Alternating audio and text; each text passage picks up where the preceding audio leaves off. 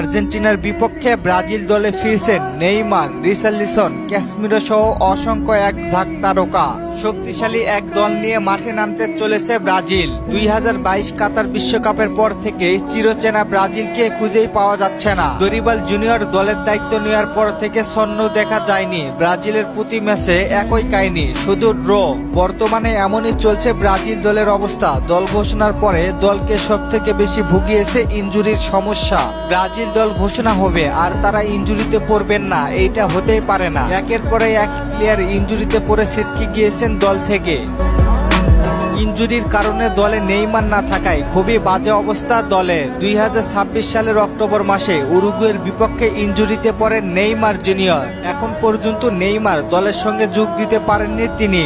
আল হিলালের হয়ে ম্যাচে ফিরলেও আবার ইনজুরিতে পড়ে 4 থেকে 6 সপ্তাহের জন্য মাঠের বাইরে চলে যান নেইমার। তবে আন্তর্জাতিক